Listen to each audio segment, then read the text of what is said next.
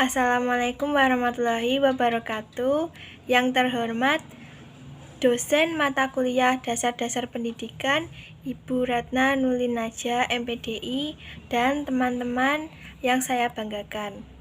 Perkenalkan, nama saya Yevira Oktavina Asmara dari kelompok 6 sebagai moderator dalam presentasi kali ini. Alhamdulillah, pada kali ini kita akan melanjutkan perkuliahan, yaitu penyampaian PowerPoint oleh saya sendiri, Yevira Oktavina Asmara, Kirana Nurisabila, dan Titik Setiawati. Kali ini kelompok saya akan membahas tentang dasar sosiologis dan kultural pendidikan. Susunan presentasi pada kali ini yang pertama adalah pembuka, yang kedua penyampaian materi, yang ketiga sesi tanya jawab, dan yang terakhir penutup. Memasuki susunan yang pertama yaitu pembukaan. Marilah kita membuka perkuliahan ini dengan bersama-sama membaca basmalah. Bismillahirrohmanirrohim. Acara kedua adalah penyampaian materi yang pertama kepada Saudari Kirana Nurisabila, dipersilahkan. Yang pertama, saya akan memaparkan materi mengenai pengertian dasar sosiologis pendidikan Islam.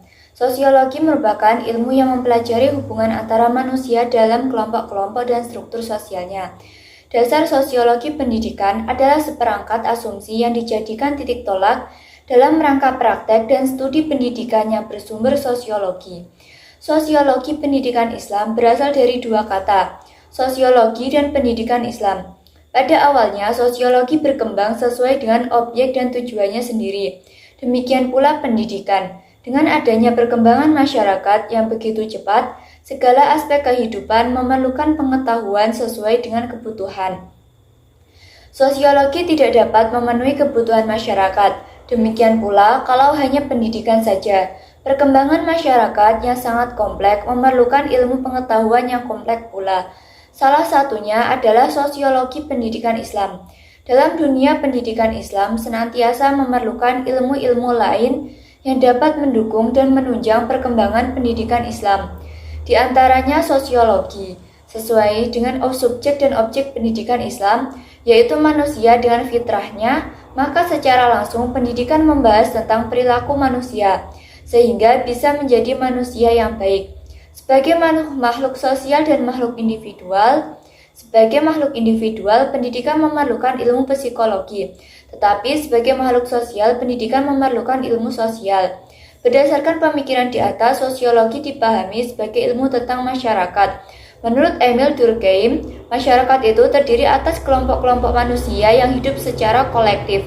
Kehidupan selalu memerlukan interaksi antara satu dengan yang lain, baik secara individu maupun kelompok. Seseorang sosiolog, Alvin Bertrand, memahami sosiologi adalah sebagai suatu ilmu yang mempelajari dan menjelaskan tentang hubungan antara manusia. Kata kunci dalam pengertian sosiologi Bertrand ialah human relationship, yaitu hubungan manusia dalam segala aspek. Selanjutnya, untuk materi yang kedua akan disampaikan oleh Mbak Tia. Dipersilahkan. Materi yang kedua yaitu pengertian kultural pendidikan Islam. Pendidikan kultural adalah proses pengembangan seluruh potensi manusia yang menghargai pluralitas dan heterogenitasnya sebagai konsekuensi keberagaman budaya, etnis, suku, dan aliran atau agama. Pendidikan kultural menekankan sebuah filosofi pluralisme budaya ke dalam sistem pendidikan yang didasarkan pada prinsip-prinsip persamaan, saling menghormati dan menerima, serta memahami dan adanya komitmen moral untuk sebuah keadilan sosial. Pendidikan kultural melihat masyarakat secara lebih luas berdasarkan pandangan dasar bahwa sikap indifference dan non-recognition tidak hanya berakar dari ketimpangan struktur rasial, tetapi paradigma pendidikan multikultural mencakup subjek-subjek mengenai ketidakadilan, kemiskinan, penindasan, dan keterbelakangan kelompok-kelompok minoritas dalam berbagai bidang sosial, budaya, ekonomi, pendidikan, dan lain sebagainya. Materi selanjutnya akan dibawakan oleh Yafira Oktavina Asmara. Kali ini saya akan membahas mengenai materi yang ketiga, yaitu pengertian sosiologis. Sosiologis berasal dari bahasa Latin dan Yunani, yakni kata socius dan logos. Socius dalam bahasa Yunani yang berarti kawan, berkawan, atau bermasyarakat. Sedangkan logos berarti ilmu. Jadi, secara harfiah, kata sosiologis dapat diartikan ilmu tentang masyarakat. Sosiologi adalah ilmu yang mempelajari hubungan antara manusia dalam berkelompok-kelompok dan struktur sosial. Sosiologi juga mempelajari status sosial, gerakan sosial, dan perubahan-perubahan sosial, serta gangguan sosial dalam bentuk kejahatan, penyimpangan, dan revolusi. Terima kasih. Saya akan menyampaikan materi yang keempat, yaitu hubungan sosiologis dan kultural dalam pendidikan. Secara sosiologis, pendidikan adalah warisan budaya dari generasi ke generasi agar kehidupan masyarakat berkelanjutan dan identitas masyarakat itu tetap terpelihara. Kebudayaan juga dapat dibentuk, dilestarikan, atau dikembangkan melalui pendidikan. Baik kebudayaan yang berwujud ideal atau kelakuan dan teknologi dapat diwujudkan melalui proses pendidikan. Dalam kehidupan, sosiologi dan kultural biasanya berkaitan dan berdampingan menjadi nama sosial budaya. Sosial budaya merupakan bagian hidup manusia yang paling dekat dengan kehidupan sehari-hari, dan hampir setiap kegiatan manusia tidak lepas dari unsur-unsur sosial budaya. Sosial budaya mengatur tingkah laku seseorang dalam berkelompok, membuat seseorang sensitif terhadap status dan membantunya mengetahui apa yang diharapkan orang lain terhadap dirinya dan apa yang akan terjadi jika tidak memenuhi harapan-harapan mereka. Sekian dari saya, terima kasih. Untuk materi yang kelima, saya akan memaparkan tentang tujuan sosiologis pendidikan Islam. Dapat dikemukakan bahwa tujuan sosiologi pendidikan Islam dapat dirumuskan sebagai berikut, yaitu yang pertama, menganalisis proses sosialisasi anak, baik dalam keluarga, sekolah, maupun masyarakat. Dalam hal ini harus diperhatikan pengaruh lingkungan dan kebudayaan masyarakat terhadap perkembangan pribadi anak yang diarahkan menuju tujuan insan kamil. Yang kedua, menganalisis perkembangan kemajuan sosial. Banyak pakar yang beranggapan bahwa pendidikan memberikan kemungkinan yang besar bagi kemajuan masyarakat.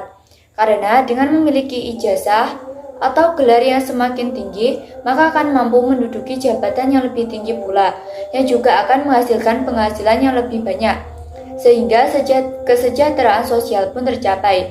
Di samping itu, banyaknya pengetahuan dan keterampilan dapat mengembangkan aktivitas dan kreativitas sosial. Yang ketiga, menganalisis status pendidikan dalam masyarakat. Berdirinya suatu lembaga pendidikan dalam masyarakat sering disesuaikan dengan tingkatan daerah di mana lembaga pendidikan itu berada. Sebagai contoh, perguruan tinggi didirikan di tingkat provinsi atau kabupaten yang cukup animo mahasiswanya serta tersedia dosen yang bonafit. Yang keempat, menganalisis partisipasi orang-orang terdidik atau berpendidikan dalam kegiatan sosial.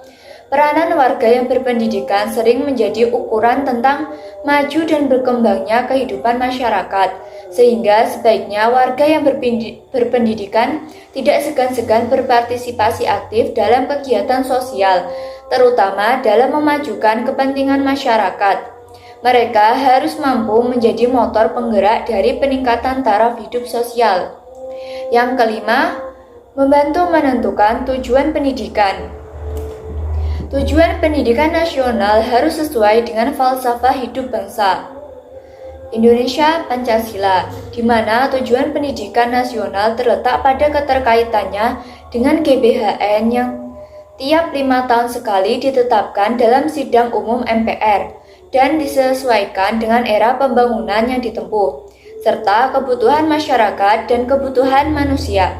Yang keenam, memberikan latihan-latihan yang efektif kepada guru-guru dalam bidang sosiologi. Yang ketujuh, memahami hubungan antar manusia di sekolah serta struktur masyarakat. Dan materi ke-6 akan dilanjutkan oleh Mbak Tia. Materi yang ke-6 yaitu tujuan kultural pendidikan Islam. Tujuan kultural pendidikan Islam ada 5, yaitu 1. Mengembangkan pribadi siswa agar mempunyai konsep diri yang lebih positif dan bangga pada identitas pribadinya. 2. Mengembangkan sikap menghargai dan menerima pluralisme etnis, serta memberikan pemahaman bahwa konflik-konflik nilai yang terjadi di masyarakat tidak berlaku dalam lingkup pluralisme budaya. 3. Mengembangkan literasi etnis dan budaya yang berkaitan dengan latar belakang sejarah, bahasa, karakteristik budaya, peristiwa kritis, serta kondisi sosial, politik, dan ekonomi dari berbagai kelompok etnis, baik mayoritas maupun minoritas. 4. Mengembangkan keterampilan siswa sebagai agen perubahan sosial untuk memberantas perbedaan etnis dan rasial yang ada di masyarakat. 5. Mengembangkan wawasan lintas budaya dan kemampuan berpikir untuk tetap peduli dengan situasi di sekitarnya. Itulah materi-materi yang sudah disampaikan oleh saya dan rekan-rekan saya kelompok 6. Kemudian susunan presentasi selanjutnya adalah sesi tanya jawab. Pada sesi tanya jawab ini, kelompok kami akan membuka 3 pertanyaan dari teman-teman semuanya. Bagi teman-teman yang ingin bertanya, silahkan berkomentar di kolom komentar YouTube. Dan bagi teman-teman yang ingin menambahkan atau menyanggah materi dari kami juga dapat berkomentar di kolom komentar di YouTube. Terima kasih. Sesi terakhir adalah penutup. Mari kita tutup presentasi ini dengan membaca hamdalah bersama-sama. Alhamdulillahirabbil alamin. Sekian apa yang dapat kelompok 6 sampaikan. Ada kurang lebihnya mohon maaf. Wassalamualaikum warahmatullahi wabarakatuh.